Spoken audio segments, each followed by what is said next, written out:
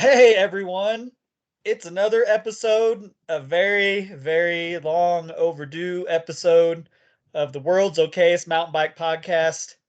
And I feel like we have a lot of work to do to get back to okay because we had dropped the ball basically all winter long. I don't even remember the last time we recorded a podcast. But this podcast is going to be hosted by Kyle because he's got the ideas. He's the one that was made sure we got it done today. And so I'm turning it over to Kyle Krangle. Hello, all. So, just for the record, Clint, it has been since November 3rd since we have put Oh a my. podcast up. So Oh my. what does that make us? The world's laziest mountain bike podcast? Yeah, That's fit. the most non-existent mountain bike podcast. Yeah. Yeah. Name checks out. She goes to another school, okay? So, tonight, I want to pod for a couple of reasons because there has been a lot going on in my riding world that's changed. And I want to talk a little bit about that. I have 3 topics. We're going to make it nice and easy. And 2 of them are very broad. And then one of them's a little bit more specific, but it's a topic I'm interested in. So let's start at the top. So first thing, what is new for each of us in 2023? We'll go Klint and Ryan, Kyle. So for 2023, what is new for you in 2023 with your riding, your gear, your bikes? All right. Okay. And Ryan, we can hear you buzzing again. I don't know what happened to your headphones. Anyway. So for Clint, man, this will be the first year in a while. I have no plans to get a new bike or change a bike. I'll be on my Enduro and my YT Izzo for the year. I'm planning on trying to do more cross country races.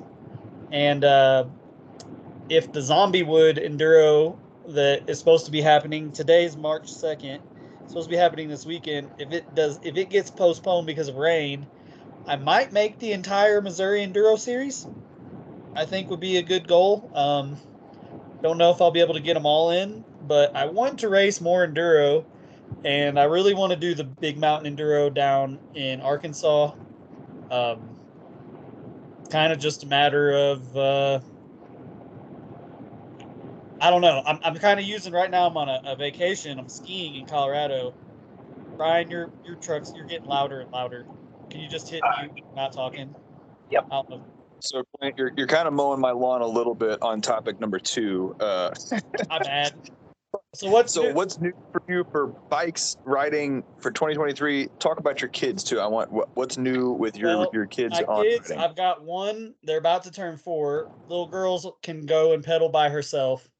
Little boy, he'll be doing it by the end of the month. He could right now if he really wanted to, but he just doesn't care that much. But man, other than that, dude, this 2023 is not. There's just not nearly as much going on. You know, we got some people. I'm not down at Shepherd nearly as much for good reasons. It's because I don't have to be. There's several people have moved down there, and Sydney running the wheelhouse is doing a great job. And you know, I'm still volunteer. I still get down there when I can and work on stuff and ride. I mean, I'm sure I'll ride there more than anywhere else as usual, but not really a whole lot new for old Klint in 2023 other than more cross country racing. Possibly a new team. Oh, well, I didn't know if I was supposed to talk about that. I figured you were going to. Yeah, we probably shouldn't go into too much detail about that yet. So we're in the works for a new team. There's no jerseys, there's nothing official yet, but we are in the works for a new team for most all of us actually. Which will probably mean, now that you bring that up, it'll probably mean you'll see Klint in the St. Louis area more doing like group rides and things like that, or asking for volunteer help and things like that. Because part of being on this new team, it actually comes with some requirements that are go beyond buy the jersey. So yeah, I don't know when we can get into all that. Probably not today. Yeah, when it's all official and announced, we'll tell everybody what it is. But it'll be It's cool. I think they're doing the right thing. I think the team expectations of a small team with big benefits and community support. I think it'll be fun. Yep. All right, Ryan, you're up. 2023. What's new for you? Bikes, gear, riding habits. No new bikes, so just gonna stick with the Epic Evo. Maybe some new riding habits. I spent quite a bit of time this winter on the trainer on Zwift. And yeah, I'm probably going to get some shade from some people on it, but I got to say. How many miles do you have on Zwift for the year so far, or for the season? I guess you can call it a winter season, but for the year, how many miles do you have, you think? I could look it up if I wasn't driving. I'm probably in the 500s, I think, which isn't Awesome. actually a ton. February was kind of tough. I got really sick a week before I had to leave town for a work trip. So I think I rode on like Monday, and then like Monday night I got pretty sick and then had to leave for a work trip for a week. And yeah, so that put me it was almost like 2 full weeks by the time it was all said and done. So that sucks. But this week I got back on the horn and got some more miles in. Ryan, do you have a picture of me just taped on your wall? Like, you cannot let it happen again. Yeah. It's kind of like like we've said, you're like Rocky out there in the elements, out in the snow, just Shepherd Mountain, just dragging trees up by a chain behind your Izzo, and here I'm on like this high end equipment, in my basement, just grinding away. I got doctors by my side, just monitoring every heartbeat, Well, I can tell you right now, if the work that goes in the winter is the thing that's going to separate us in October, and there's nothing no amount can make up for that, then you're going to kill me, because I had a horrible winter. I was sick for most of it. So, yeah, I'm looking at like 20 total miles of riding since probably December 1st. Yeah, I mean, hey, I don't really enjoy the trainer too much, but I enjoy the results I'm getting from it. I bet you are. And I've heard people say it, but I'll buy into it. In fact, I was off for almost 2 weeks because of that, like I just said, and I thought I'd really struggle when I got back on the bike, and man, I hit some PRs because I think it actually gave myself a chance to rest too. Like I was going really hard at it. And pushing myself, and my muscles were getting sore. So, what's your schedule? How often are you trainer? Are you 3 days a week or 5? Some weeks are 3 and some weeks are 4. It just depends on I'm in a training power builder training program. So some weeks are 3 and some are 4. Brian, that's awesome. You have more miles logged on your trainer in just this winter than I rode in its entirety of 2022. In all, outdoor, indoor, everything. I don't think I did 500 miles of pedaling in all of 2022. And I mean, 500, let's be honest, guys, like 500 miles really isn't that much. Like we know plenty of people who do a 500 or 1,000 a month, right? Right. And we're 2 months into the year already, and I've got maybe 500. So I have been playing some basketball. Does that count? Yeah. A lot of basketball with my niece and nephews, trying to help them get better.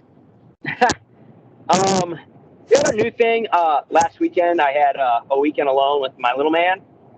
He's four and not quite 4.5, I guess. And we had Kyle and Connor out at Kinetic Park, the pump track, skate park and all. And he's always done his Strider out there, his push bike. And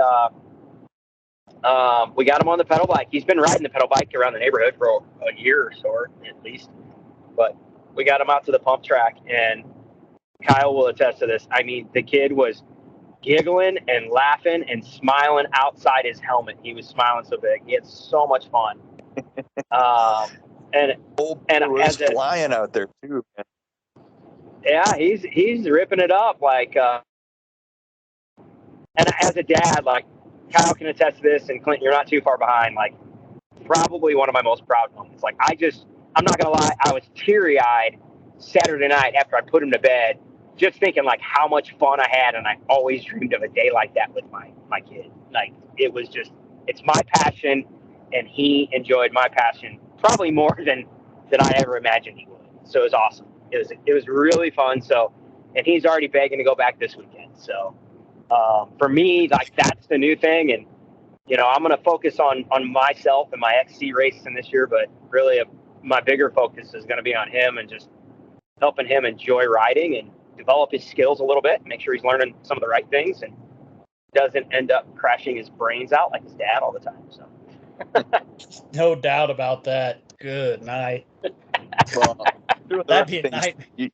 You keep him in gear too, full face helmet and stuff like that. But man, like, I've been around Tuck since Tuck was born. So like to see him like really come out of like his riding shell per se and like have fun with it and then take a big dinger and get back out there. I thought for sure you guys were going to go home. So when I texted you and you said you guys did another 2 hours after we left, which was crazy. I thought that was absolutely awesome. I was super proud of Tuck too. That's awesome. Yeah.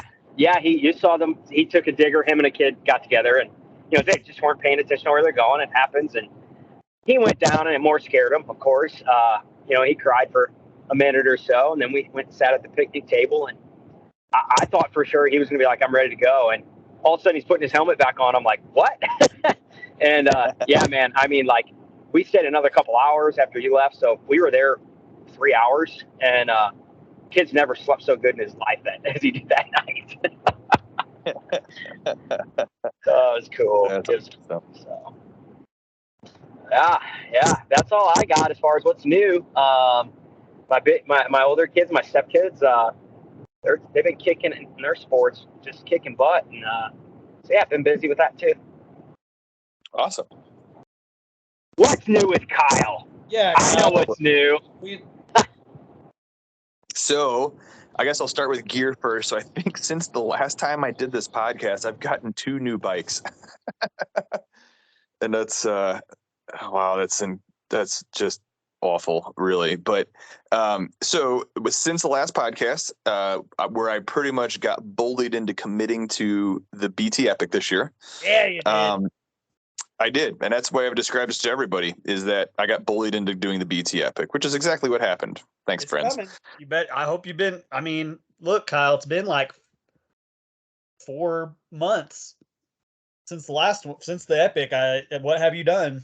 You had a year, but now you don't have a year. You have like 8 months now. No, I know. So the first thing I did was decide that I shouldn't try to do the BT Epic at the pace you guys go at it with a 34-pound enduro bike. So I had a really neat opportunity to pull the trigger, one last trigger, and got myself a new bike.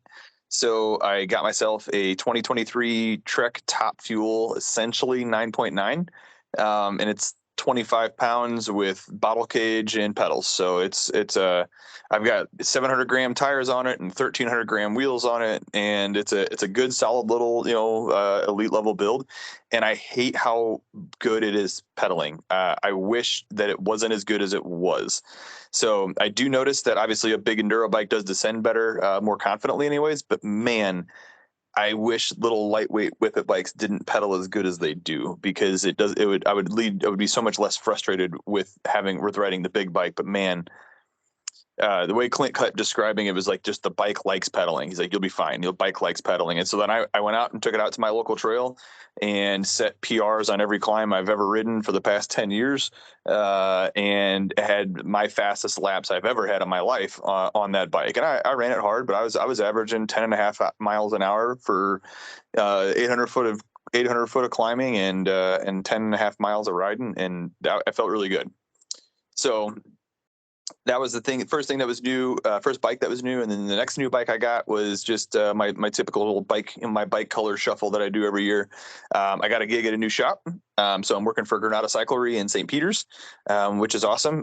Brad and Brian have been fantastic. Brad was super gracious and kind of let me come on and do my thing. And I'm excited to be working with those guys. They do a lot over there that I really like, and I like the way that they do it. And there's a few things too that I hope I can kind of help them grow their program and grow their shop and commit some value to them. So if anybody's listening is looking for a new bike, shoot me a message. I work by appointment over there. So if you guys are interested, I'd love to help you get set up with something. Shameless plug. And then, so the new bike I got picked up at Granada is a new 2023 Specialized Stump Jumper Evo Pro, which is literally the exact same bike I rode last year, except for this one is white, which was the most important thing because I'm just tired of having black bikes. Other than that, same thing, black, same pretty much exact same spec as the last one was. The new one is a mullet. I do like that. It is good. It's faster than I thought it was going to be. It is not as fast as the 29er, which is okay. And then new for me, I got to take the big kid. So my 6.5-year-old Connor is finally old enough to start doing big kid trips. So I took him on a trip to Ray's Mountain Bike Park, the absolute wonderland that place is. 10 out of 10, absolutely recommend it. I'm going to have to do a little YouTube video because I didn't let him look up any videos or pictures or tell him the name of the place that we were going to, so that when he walked in for the first time and saw the inside of Ray's Mountain Bike Park, it was the first time he ever saw it. And I videotaped his reaction as we walked in and walked over to the ramps and started looking at him, and it was really good. So hopefully I'll have time to put together a little video to show that, because it was really genuine and great. But yeah, he did 10 hours of car ride up, 10 hours of car ride back with 4 adults in the car, and he did really pretty good actually. Never played on a phone, never really played on a tablet. I let him watch a mountain bike video on a laptop for about a half hour before he fell asleep, but it was a great trip. Kyle, real quick before we move on. I just saw confirmation that the Enduro this weekend is happening. The Castlewood / Buffview Zombiewood Enduro or whatever. You racing? So we'll get there. Okay. Have a plan. Got a cliffhanger. Have a plan. So the biggest thing that's new for me, besides my normal annual bike shuffle that I do, because that's not new, is the fact that I am committing myself to the heaviest race schedule I've ever raced in my life. So it's no secret, I don't love racing. I've never been great at it. I race BMX every year, but that doesn't really count because it's the exact same track year after year. And then I haven't really raced with any regularity since college. And even then, I only did a few college races before the end of the season, which is when I got into riding. So this year, in my head, I'm committing myself to 3 mountain bike enduro races, 4 moto hair scrambles, and 4 or 5 XC races, culminating with the BT I pick in October. That's a powerful schedule, Kyle. I mean, we'll see. Yeah, even if you did half, that's a lot of racing. Real. It is, and I've never done that before. So like, I don't feel weird about racing amateur class, and like I don't really have that high expectations, and because I'm old enough now where I know there's a lot of people that are faster than me. And I don't have any expectations of trying to win anything, which I think is going to be good. So to answer Clint's question, and then to kind of move into my next topic, which is what are your 2023 goals? So is me racing, and we'll come back to it. I'll talk a little bit more about it when we go around the horn. But yeah, so Clinton, to ask your question, I am signed up and pre-rode today for the Zombiewood Enduro. So I'm on board. I'm registered. I'm racing the amateur 30 to 39 class, and I spent the day pre-riding today. I cannot believe I'm on for this. Kyle's return to Enduro, and I'm not even there. Not even return. Is that Sunday? The only enduro race I've ever done in my life was a half weekend enduro down in Arkansas, and I couldn't race the second day because I had to get Ryan home. No, you raced at Springfield at Two Rivers with me. Oh, that's right. I did do that race. That? I do. Yeah, with the great, wonderful picture. Fuel EX. Yeah. The old red Fuel EX. No, you're right. So that's it. So I've raced 2 enduros in my life. Yeah, so I'm very sad I'm going to be missing that. What's your goals for 2023? Beat Ryan again at the Epic. Does anything else even matter? Really? I mean, is that it? That's your focus. That's your 100% goal, day after day focus, is to beat Ryan. Yeah, I think so. I think that's a good goal. That'll keep me fit. That'll help me do better with literally everything. You know, Uh, I'll be honest, well, I guys. guess, After I beat him last year, my motivation just kind of disappeared. It's like, well, what else is there now? I mean, yeah. I've What already else is there? reached the You're top. at the top of the mountain. 6 hours and 18 minutes, baby. You know, actually, I did set a goal the other day. Is I want to. I'm. I don't know if it's really possible for me, but I have a goal for a Berryman, like a single Berryman lap that I'm going to work toward. Which I think if I do this, you know, I'm going to be forced to lose weight and get in shape and all that. I would like to be able to ride one lap at Berryman in, well, I wanted to say 2.5, but is that not realistic for me? I don't know. I feel like I did it in 3 hours, just barely over 3 hours a few years ago at a race. So 2.5 is possible, right? Maybe Two and not. a half would be fast. 2.5 would be real Yes, fast. maybe two. Let's say 240. 2.5 would put you at a 5-hour BT finish or less. Yeah, but it's half the distance. I don't think it's impossible for me if I dedicate myself to it.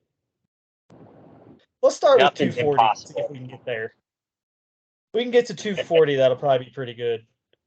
Oh, I got a little boy coming to tell me good night. Oh, there he is. Brian, what about you, man? 2023. What's on your calendar? What's your goals? Riding, racing, family riding. Well, since Clinton just big mouth, my number one goal is to not let Clinton beat me. It was pretty freaking embarrassing last year. I mean, I can't believe that guy beat me. Hey, You let that doesn't have happen. to be that embarrassing. I'm not that bad on a bike. Yeah, I got a belly on me, but if I didn't have the belly, it wouldn't be embarrassing. It's not like I haven't been racing bikes for years. No, all in good fun. But yeah, Clinton's not beating me next year or this year. My goal, my VT goal is a sub 530. 618 last year, so I gotta carve out 50 minutes, and it's a big goal, but it's kind of why I started in December getting after it. I really didn't ever let off after VT. I mean, I think I stopped riding a little bit less, but kind of just stayed after it, tried to maintain that fitness still that I had for VT, and then gonna just keep building some work. The other goal I have with my racing is to do some local like UFD stuff, and I want to get a Cat 2 win. Back when I was doing a lot of the XC 5-6 years ago, it's longer than that, I guess. Now I think that I almost had a couple Cat 2 wins, and I'd like to get one. I think that'd be cool. So I'm gonna do. Unfortunately, I can't do Lost Valley, and that would probably be the one where if I was going to get one, I could probably get it because I just ride good there because I ride it all the time. But my daughter has gymnastics meet that day, so I'm not going to be able to be at Lost Valley.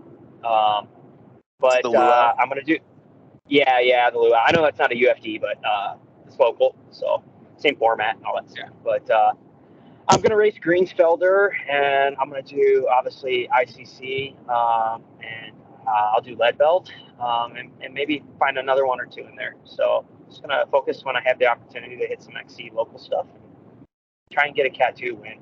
That'd be cool as well. So that's my goals. Other than that, it's like I said before with my little guy, spend more time with him on the bike and help him keep getting better. I'd ultimately, by the end of the year, like to get him around the BMX track, like him able to make his way around the BMX track at St. Peter's BMX with no assistance from me. Just gate drop, go, pedal all the way around. So I think that'd be a cool goal as well. So. Yeah. No, that's perfect. He's got that. I mean, I think that's a very good goal for him because I think he'll absolutely be able to get there. Yeah. I've just got to get him to, push when he gets to the hills. He actually stops pedaling. Like, all right, keep pedaling. You'll make it up. So we'll get him there. It's going to be a fun year. A lot of good family stuff planned and riding bikes with friends. So. Awesome. Well, so kind of like what we talked about earlier. So my goals for this year are to actually race my bike. And I have avoided racing for so long because I was disappointed in my results. I've avoided racing because I didn't have a good head for it. And I frequently race faster than I practice, no matter what. And I very rarely have time to actually do pre-rides. It's hard for me. You know, I got a family, got a busy job. And so it's hard for me to make time for pre-rides. So this year, my goal is to race a whole lot more. I'd like to be good at racing, like not just fast, but good at racing. And there is a little bit of a difference. And so that's my goal. So I have a pretty busy race schedule that I'm softly committed to, with the ultimate culmination at BT Epic. And I think I have to have that busy race schedule all year in order to get me on pace to that. Like, what do you guys think? I mean, racing and mileage is racing and mileage, right? Oh yeah. I mean, the good thing about racing is you're basically getting in a training day at much higher intensity than you normally get on a training day. But Kyle, I'm interested in what's your time goal for the Epic? So what And so, was I last year? Like 6:18 and something last year. So where do you want to be? be honest, man, like having never done any endurance race in my life, or done a race that I've really taken very seriously in any way, shape, or form, aka actually tried to race fast. I'm still saying sub 7. Like, I mean, honestly, I'm going to be happy with a finish with no mechanicals and no bodily injuries. Like, I'm good with that. But like, probably the goal for me would probably be sub 7. Clint, what did you run on your big bike when you did it? Oh, that was terrible. I did 8 hours, and I probably was at Berryman for 20 minutes, and then I lost so much time because my knee. I was in so much Yeah. pain. So I think I could have done 7 hours that year, um, if everything had fit right. Sorry, little boy's chiming in here. I didn't let him push the unmute button like I was supposed to. But I think I could have gotten a 7 hour time that year if if I had realized how to fit my bike correctly. So I think you could get 7 hours. I really do. I don't. If you just keep chugging and don't take too long of a break at Berryman and stuff, and you don't get dehydrated and you have enough food and you just keep the legs spinning even if it's really slow, I think you can get 7 hours. Yeah, and Yeah, that's kind of what I agree. Like some of the people that I know that are around 7 hours, they're not super hard trainers, but they ride a couple of times a week, and then try and sneak in a once a month longer, whether they go down and ride Berryman or something like that. And so I would say, I think that's, if you were being an honest goal for yourself now, like I think that's certainly capable. You got the bike now, so. Right. No, and that's the thing too. So, like I've never really ridden hard. You know what I mean? I've never, like, when I go ride laps, I don't ride hard when it's just me or me and my buddies. You know what I mean? Like, even Clinton knows how I ride. We've ridden a lot together. Ryan, we've ridden a little bit together on mountain bike trails, but like I ride the fast stuff as fast as I think is fun. And then I ride the slow stuff as slow as I can to not feel pain. And so the whole idea of like pushing through pain and riding into the pain territory is totally new to me. And so I've done it a couple of times now, and it went better than I thought. So I was probably at my peak fitness at the end of the fall, middle of the fall last year, because of my Half Dome trip that I did. So like that was the peak fitness I've been at in probably a decade, if I'm honest. And so I went out with that fitness and just gave it hell. And I was able to do a Lost Valley lap top to bottom and average 10 and a half miles an hour it's like, I don't know, 10.2 miles a single track, which isn't a long ride, but it's one of the very first rides where I thought to myself, just push through the pain. Let's run at the limit and see what we can do. And I've never done that before. So, and Kyle, if I can comment on somebody that's done a lot of those laps at Lost Valley, that's not a bad pace. Now you just need to build on, if you can maintain that pace for another hour, another lap, and then, eventually get to where you do 3, you'll be fine. It's going to be hard to simulate 52 or 54 miles, whatever BT is, and go do a ride that long. But if you can get your body used to doing maybe 30 miles at that pace, then yeah, naturally you're going to slow off because it's not 30 miles, it's 50 miles, and it's more climbing. But you should be around 7 hours. Not a problem. That's what I'm thinking. So, and that's going to be pretty much my training schedule. Is that it's hard for me to make time to get on the bike. I mean, with the family, you know, like I said, I got a wife that stays home all day with the kiddos.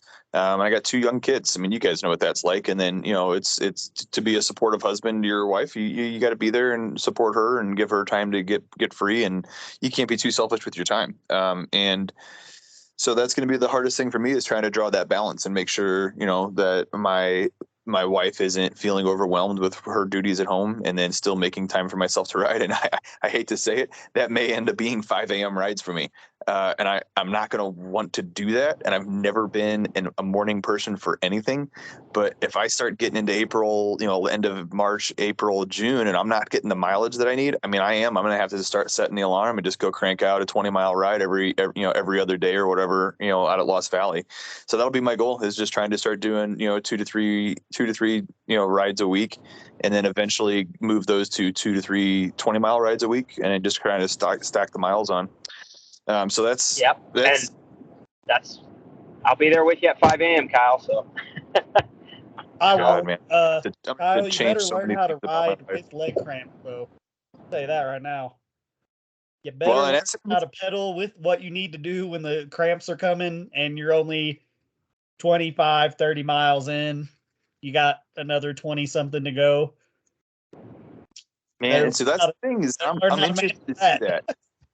I'm interested to see how that goes for me. So I'm not a cramper. I really am not. I can't even tell you off the top of my head the last time I had. Or not. You don't know that yet. You don't know that. You cramped on your dirt bike. I wasn't either. But until you go about 30 miles, you might find out you are. You just don't know yet. Right. That's fair. Didn't you cramp on your dirt bike? No, I crashed the dirt bike. That does happen frequently. Oh, I know that. Yes, it does. Hey, one thing any and all trouble I have on the dirt bike is impact related for sure.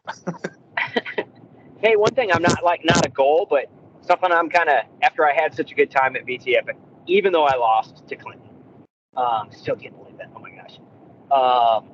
I feel like this conviction to get more people to do it. Like, it was just such a great time. Even the good, fun family atmosphere with friends and stuff is phenomenal. So, you know, I got a couple people that I think are in on doing it, and it's just like, I feel convicted. Like, it's this big, awesome mountain bike race and a beautiful trail system. Like, let's get more people there, you know? So, yeah, hopefully I can try a couple of newbies out and get it their first time and just build some more history for that race, you know? So. And I know the Leadville series scheduled a race. You know, I know you're on Leadville to do it and embarrassing us, Ryan. Huh?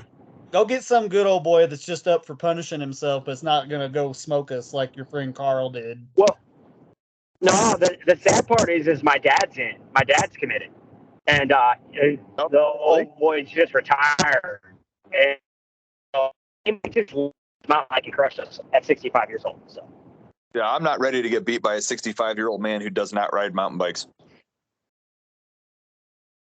Well, you're going to be sorely disappointed. He rides mountain bikes. Does he? Rides, yeah. Oh, all right. Yeah, well, he's a decent mountain bike rider for sure, and he's for 65. He's probably one of the most fit 65-year-olds you'll ever see. So he's gonna if he's really just. Yeah, if he decides he's committing to this, we might all be in trouble. Because he's got time. Yeah. I need to send my kid over to his house. Be like, Dad, you need to babysit every day.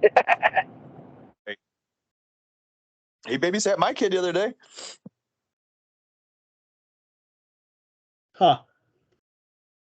All right, yeah, Kyle. He commented how tough Cam is too. He's like, dude, that little boy's tough. I guess he gave him a good bounce on the trampoline, and Cam toughed it out, no problem. Cam is a tough little creature, that is for sure. Feral, but tough. Cam has to So be tough with his brother in the house. I mean, yeah, and we're not like some days I wonder how we're doing as parents. You like don't I guess it's natural to wonder if we're royally messing our kids up every day of their life. But we practice what we call free range parenting, and we kind of spectate things from afar and then let them make their assessment before we even step in to make an assessment. And we did it with Connor and Cam, and they're both pretty tough little kids, man. Like I've watched Cam run his head into coffee tables and stuff and then just shrug it off and then run down the hall. yeah. So, all right. So goals for me. So back to it. So for me is racing a lot, getting good at racing, getting good at controlling my emotions while racing and controlling my decision making while racing. And so we're gonna see. I mean, today I did the best I could this week to try to get pre-ride miles in and take a look at all stuff. And I'm really glad that I did, man, because there are some stages out there that I hit blind today. And I'm glad I hit them because during race day, it was probably looking at different conditions. I might end up popping for some B lines. I hit all the A lines today, just blindly hit all the A lines. I've read them all clean. There's a couple spots, man, where the A line is way faster. I mean, like 100 yards difference in trail between dropping off the A line or going 100 yards around the other way. Like it's a lot. There's 2 or 3 sections like that where like if you have any chance at all of being anywhere near successful. And so I just got to balance that. I got to balance the want to succeed and want to, win with the want to go to work Monday safely. So I'm really hoping I can keep that clean. That'll be my focus for this race is just finish, race how I've practiced, and then keep the dirt off my shoulders for the day. And then other than that, as far as family riding goes, we'd like to do it. We're trying to do a family bike trip to Bentonville again. And then I'm really close to getting Cam pedaling. So I got his little BMX bike set up on my trainer right now, and it doesn't spin the wheel. It just freewheels in space because he's got the balance and he knows he can even ride his current bike, but he doesn't know that he can power it. So he'll ride down the driveway with feet on the pedals and then even like roll until it starts slowing down to a stop. And then he'll like lean into it and dip into like a corner to keep the momentum going. It's actually kind of cool how he does it, but he has no idea that if he just turns his feet in a circle, it'll go forever. And so that's the only thing keeping him from riding a pedal bike. And so I've got it set up on the trainer and I have for like a week now, and he runs down there and spins that thing as fast as he can. And so I haven't tried him yet. I'm going to give him another week or 2 down there, but I think after that he'll be ready to start pedaling a bike and be a bike guy. And then I just got to teach him how to use the brakes and we'll be set. So the last topic, because we're running here pretty close on time. So I want to talk about pre-race prep. So Clinton, I want you to talk about what your steps, procedures, eating habits, bike checks, gear checks it is for an enduro race. And then Ryan, on the other side, I want you to talk when he's done about cross-country race prep. What do you eat? What's your timeline? How do you do nutrition on the ride?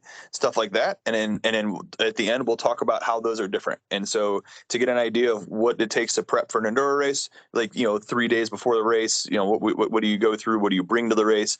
And then how that differs between a cross-country race and a enduro. And then what do you bring on a bike? So Clinton, enduro race prep, you're 3 days out. What starts now, 3 days out from race day? Okay. 3 days out, depending on if I need to or not, I might replace a tire or 2 if they're pretty worn out. And being that I ride my enduro bike places like Shepherd a lot of times a tire will look good because the center tread is still there and it's still tall and it looks nice. But it's the side knobs that start to get, if they get too much of that undercutting on the inside edge where they just fold over. That's when with enduro, I'm usually changing tires mainly because of the side knobs, not because of the top. So I'll just check if my tires are pretty decent. I'm just going to leave them. That's a big change. I should have mentioned this before, guys. I'm just not as tire obsessed as I used to be. Um, I think they're all pretty good that it kind of doesn't matter that much. And I'm tired. I don't want to spend any more extra money on tires if I've got tires that work. So there's a big You heard it change for here, Clint. folks. Now, It's March 3rd. What is it? March 2nd, and it's 7:55 p.m. Central Time. Clinton officially declares does not care about tires anymore. now listen, if our listenership is pretty mostly Missouri, St. Louis area people. But if anybody knows someone in the tire industry that works with a brand and they want to sponsor me, I will flip that switch 100. I mean, we'll go 180 degrees back right where I was a few years ago, and I will become the old me again. But right now, I'm just like, whatever. I just run it. Anyway, but if a race is coming, I want to make sure if I lean that bike over to corner that it's gonna hold, or if it doesn't hold, it's just because the traction wasn't there, not because the tire. Um, and and that is a real thing. I mean, I learned that back when I had a Maxxis Dissector downhill tire on the back of my bike, started to get worn pretty fast, and man, like I'd go into berms, nice berms, dirt berms, not gravel, that should have been, and that back end would break loose. I'm not even on the brakes, and I'm not trying to burp it or anything. It scared me to death. So I do check that. Make sure there's sealant in the tires if it's been a long time since they've been mounted, if I'm not mounting new ones. Um, at that point, your suspension settings and stuff should be pretty dialed. I don't really change anything. Uh, it's more so like the night before, or the day before, I might change what I eat. I mean, I should always eat better, but the night before, I usually try to eat extra clean, but like lean, like my wife makes like a chicken and rice soup thing. So it's like chicken, rice, some veggies in there. Eat something like that I know is gonna digest easy, but give me some energy. Race day morning, I try to eat. I really like Kodiak cake protein waffles, but if I'm gonna have something that has any sort of significant amount of protein in it, I try to eat that the morning of at least 3 hours before I'm gonna be on the bike. And then after that, getting close to the race, something like granola. I really like, there's a brand called Junkless. They make cinnamon granola. And then during the race, I might have a granola bar with me, but it's mostly like chews or gels, it's pure sugar. Um, that's what I'm consuming during the race. Uh, pretty much up every transition, I'm going to be doing that. Uh, Hydration wise, I make sure that I've got, um, if the race is somewhere where I can get back to my truck, I try to carry as little as possible. If I know I'm going to make it back to my truck, I'll just take one bottle or whatever. And you just kind of have to know where you're going. I try to keep an emergency pickle juice or two around just in case I think cramps are going to come on. Enduro, it's usually not a problem. Um, but yeah, during the race, I mean, the other thing is look at weather. I'd rather be a little too warm if it's going to be rainy or nasty. I wear waterproof pants. I'll take my jacket.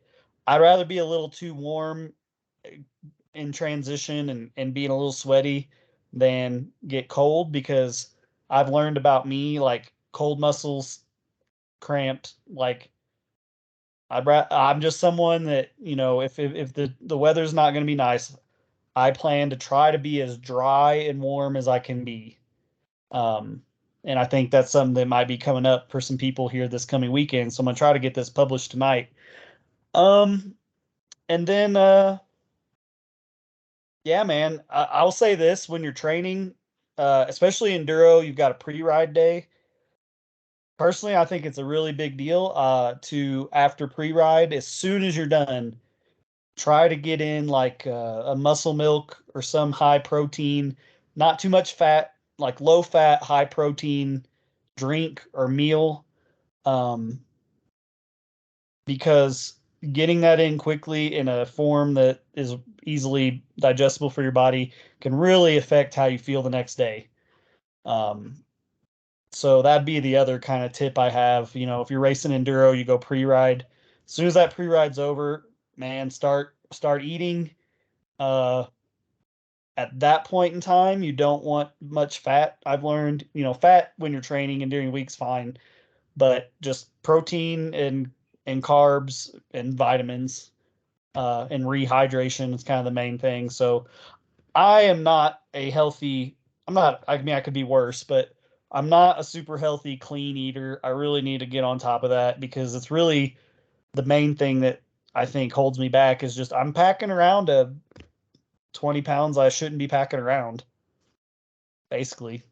Man, if it's one thing I've noticed in my own habits of fitness throughout 20 years of 30 years of being an athlete, I guess, is you really can't outwork a bad diet. It doesn't matter. Not even close. It's not. Yeah. You can't. Truly, you would At have least to not be someone who trains as like a professional athlete, a professional endurance athlete to accomplish it. But we don't have the time. You know, I can't go ride my bike for 5 hours a day, 4 days a week, or 3 days a week. And even if I could do that and not lose a pound. So yeah, exactly. that's the biggest thing. All right. So I've got some of that in check. Ryan, talk to me through. You've spent a lot of your riding career doing cross country racing, endurance racing, and then just here in the past year or two, kind of getting back to it. What does 3 days out up until race day look like for you for cross country race prep? What's interesting, Clint, actually, I wasn't even thinking about. Sounds like Ryan cut out there. We might really have important to me because, like, hey Ryan, stop. Hang on. Start that over because I think you might have lost service for a second there. Yeah, I did. Sorry, guys. I went right down a hill. Hopefully, I don't lose again.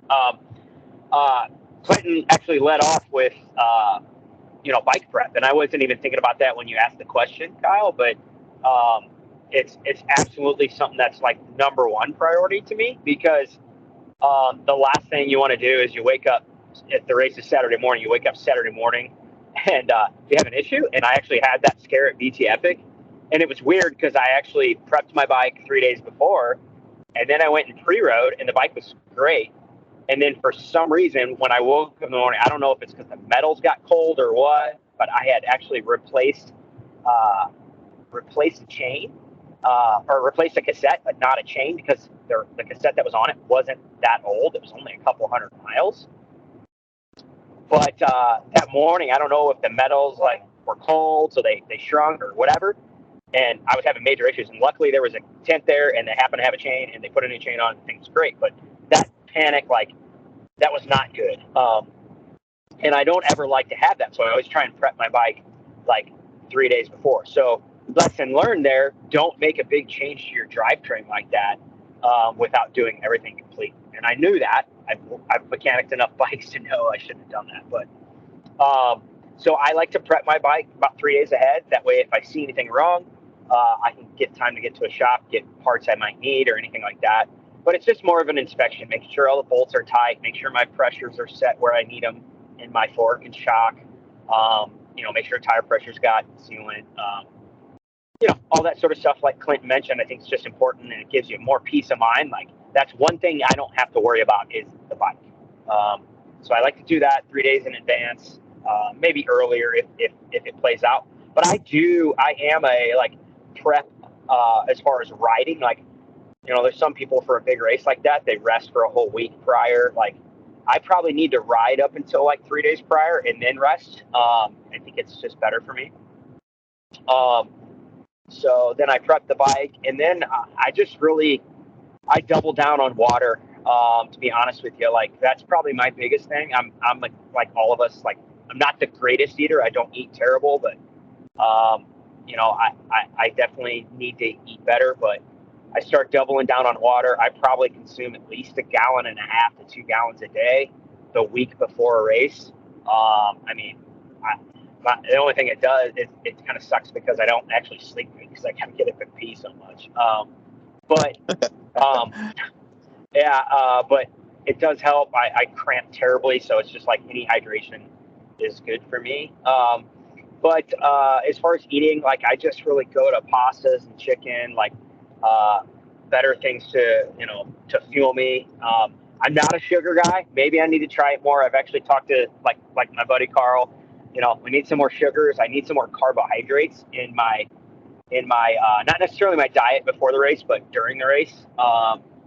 That's all. I mean, Ryan, that's all your body can really process at that effort level.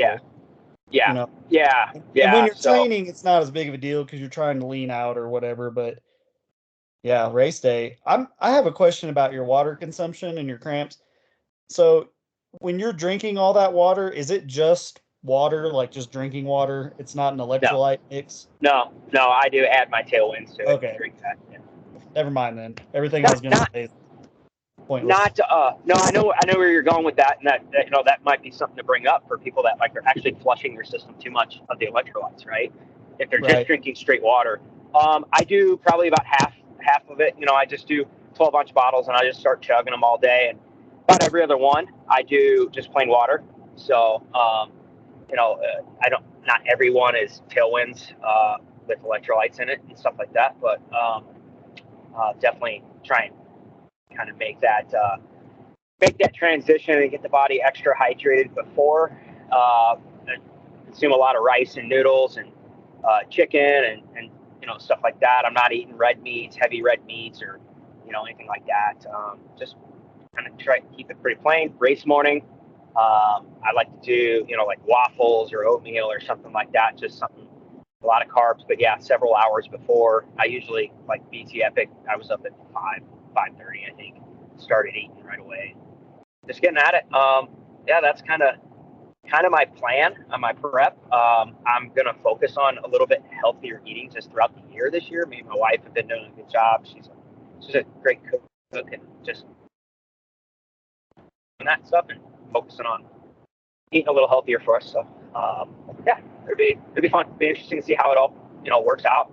Come PT Epic, and hopefully we hit our goals and we know like, oh, that stuff works. All the work, whether it's the trainer or the diet or hydration and just things you learn and you improve upon. So. Yeah. All right. So here's a question for you too. Then, so bottles on the bike, cross country versus enduro. Klint, do you run super sauce in your enduro bottle? And then conversely, Ryan and Klint, do you guys each run super sauce in your cross country bottle, or do you stick with water for both? And is there a difference? No, I run an electrolyte mix no matter what. It's the same stuff. It's just. And is it just electrolytes? I'm just going to do more of it during cross country. Is it electrolytes or Carbo Rocket or something? So Kyle, interestingly, like last year I switched and started using LMNT, it's called, because it's really high in electrolytes, but it has no carbohydrates. It's really salty, but I do think that probably helped me a little bit. But where I suffered is I think I didn't during the race enough carbohydrates. I was doing sugars, okay, like I was doing the chews and the gels, but I wasn't getting the carbohydrates like I need to because both bottles were Element. And I was eating those the Uncrustables, peanut butter and jellies, but that's really not much. So this year my plan, in talking with Carl, I like getting advice from him. He's such a good endurance athlete. Like I'm gonna run one bottle Element and then one bottle Carbo Rocket with like 90 grams of carbs, and my goal is to consume that every hour. Get 90 grams of carbohydrates every hour. So, I'll add this, Ryan. I don't know. You'll have to ask Carl about it. I even make sure some of my stuff has like a BCAA amino acid mix in there as well for the really big days. Because I think it does help with muscle fatigue a little bit. But Kyle, we'll have to ask him. Yeah. I'll be honest, guys. Like, it's not as hard as it used to be. like the fitness thing is such a big industry now that even Gatorade has come out with some new stuff. They have a new electrolyte thing that's like, I'll probably just start running that because it's easy for me to get. I don't live by a bike shop. I don't live by a fitness shop or whatever. And it's legit. Like it's legit amounts of electrolytes. It's just a little bit of sugar, no artificial sweeteners. I can't remember the name of it. They've come out with a new line of products that's like, I was Yeah, looking at the I ingredients, tried it. like, well, dadgum, like this is straight up what you need Yeah. with nothing, You know, Clinton, no jumping. one day I was traveling for work and I had my bike with me and I actually stopped to do a ride and I forgot my bag of nutrition that I always usually throw in the truck when I go ride. And I'm like, all right, crap. Well, I gotta have something. So I just stopped at a gas station and they actually had it. And I'm like, huh, what's this stuff? And I looked, I'm like, oh, wow, that's actually got a good amount of electrolytes, you know, the sodium and potassium and all this stuff you need. Just And a yeah, it was low little bit sugar. of sugar. Yeah, It's good. yeah. So you guys, so when you're building your nutrition bottles for enduro and cross country, they really don't differ much at all. You just pretty much run the same for both races. I run the same. It's the same stuff, but for endurance, I make sure I have more of it ready, and I'm gonna add in. I used 2 little bottles of pickle juice at the Epic last year. I'm probably gonna plan on using 4 next year because I do think they helped give me some Just short term. Yeah, do one after every hour. one at Bearman Campground, and then another one somewhere after Whiskey Ridge, and then another one when I get back to Bass Campground, and then probably one at the beginning, like right before the race, something like that. Nice. So yeah, so here's kind of my prep. So here's what I'm planning for the race on Sunday. So I'm 3 days out. I did my pre-ride today. I hit protein a little bit today. I didn't even think about it, but I haven't been doing protein at all because I haven't been working out hard enough to justify it. So I should have probably. You'll never eat too much of it. Right. Well, I probably should have done a drink today. I hit a heavy protein bar, like it was a protein bar. And so it's a very condensed protein. It probably won't dissolve or absorb as easily as like a drink does, but I did that today. Ate decent, you know what I mean? Had, vegetables and potatoes and, and meat and stuff. And it was, a fairly lean meal. Not bad. So tomorrow, I guess my plan is going to hit water heavy, probably drink a full gallon of water tomorrow, eat fairly normal. I eat fairly clean. We don't do a ton of fast food. I don't know. I eat as clean as like your average semi-fit American, I guess, but not endurance athlete. So, and then probably switch to like an electrolyte mix on Saturday, and then just do another gallon of water with electrolyte mix in it, just pure electrolytes. Here's a question: do you guys race day bike is clean, or bike is in whatever condition it makes it to race day in? Do you wash the bike? Is that part of the process? my bike's always clean, yes. Yeah. Okay. Even my bike's clean on race day. I mean, even the drivetrain's been freshly cleaned and lubed, and it starts clean. At least. That was my debate. Is whether or not, because my bikes are always perfect. Like very rarely does because I have to store them in my basement. So and I have to roll them through a carpeted basement and like get them in the house. So very rarely does any bike ever end up in my basement not nearly perfectly detailed. And so, but like right now, my bike is living in my truck, like in the 4Runner, while I'm riding this week because I actually made some time for myself to have a couple days to ride. And so I was like, man, do I just leave it in there and pull it out of there on race day? Or do I need to get it in the house and clean it up and do a full check? And so I think after talking to you guys, I think I will. I'll probably clean it, get it in. I'll probably do a bolt check since the bike's brand new. I've only got 20 miles on it now, which is about the time loose bolts from the factory would start to loosen up. So I'll probably do a bolt check on it, run through it with a torque wrench, make sure everything's good. Tires are new. Bike feels great. So I moved to an Axis drivetrain and I wanted to hate it. And I thought I was going to hate it. And I thought no matter how much I liked it, I would still hate it. but I kind of like it, and it's kind of awesome, and I wish it wasn't that way. They're awesome. That's awesome. I love hearing that. I love that.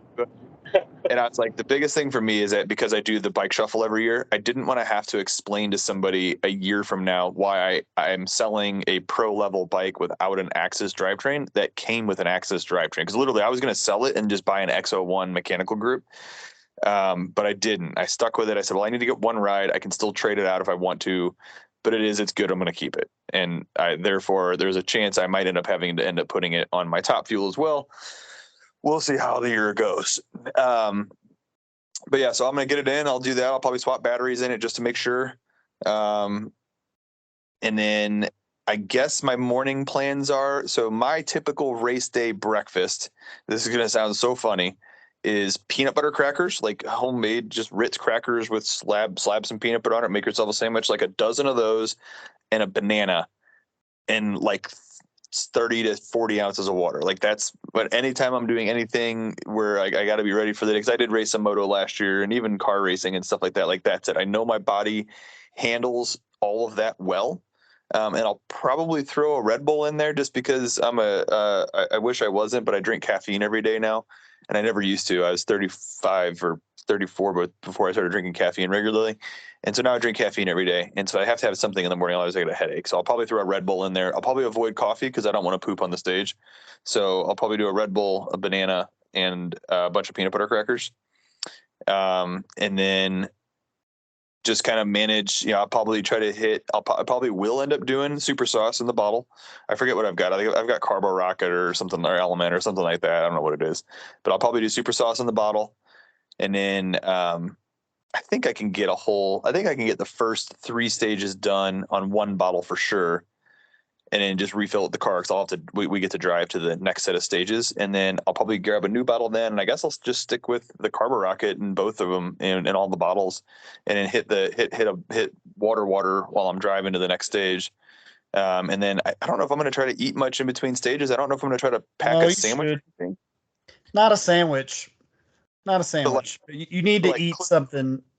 Even if it's chews or like a granola bar, you need to. Trust me, if you start feeling hungry, you're gonna be miserable.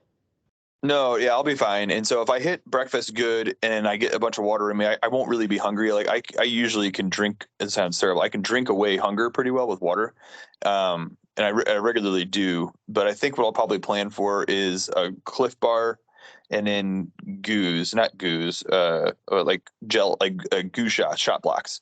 So I'll do those in between the stages. I'll probably do 2 shot blocks per climb, and that will get me through a full pack for the day.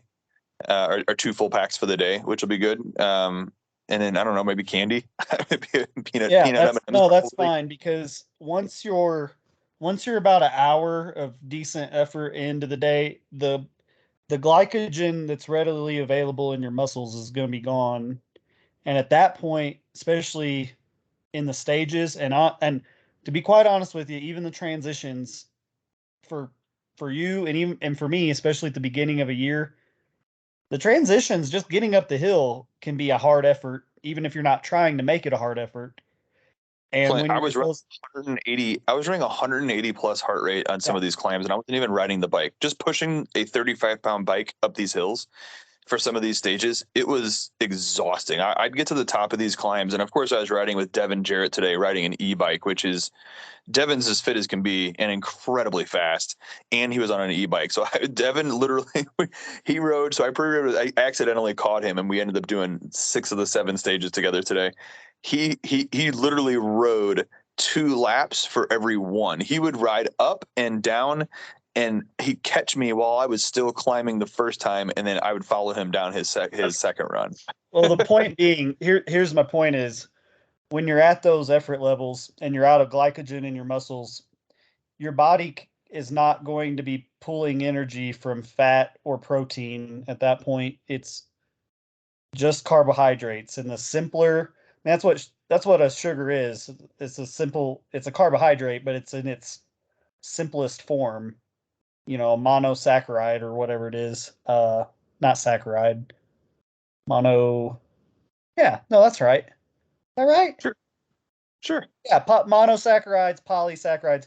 Mono being what we would call a simple sugar. That's why blocks and goos are what they are, is because it's basically fuel in, and that's the most readily available thing that can go to your muscles. And when you're at that high effort level, your body and your brain's got to have it too. I still to this day think that's why Ryan crashed at the first enduro he and I went to together, because he refused.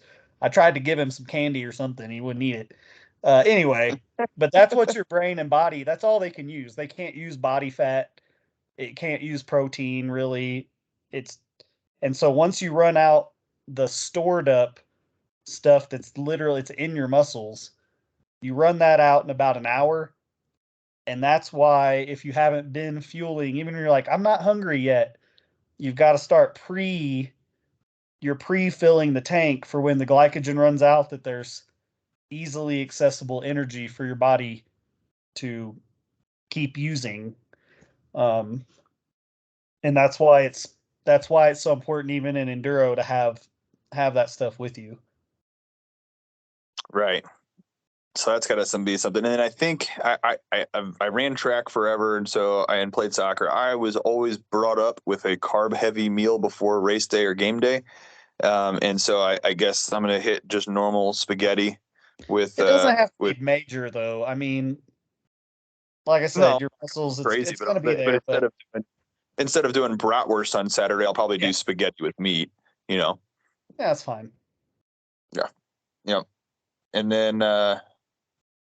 Yeah, so for me, the biggest thing for me is just gonna try to make sure that I don't try to add pace, and that was always my issue. Where I'd crash out of races is because no matter how many times I'd ridden that trail or if I was able to pre-ride it, I cannot get myself to replicate the effort that I put in during race day. When that gun goes off or the beeper goes off, like it's what I find an extra pedal crank in between features. I find a place to lay off the brakes a little bit more or try a line I didn't try in practice because I'm going faster, and mistakes pile up to injuries. And so my goal is to just ride exactly the way that I rode today.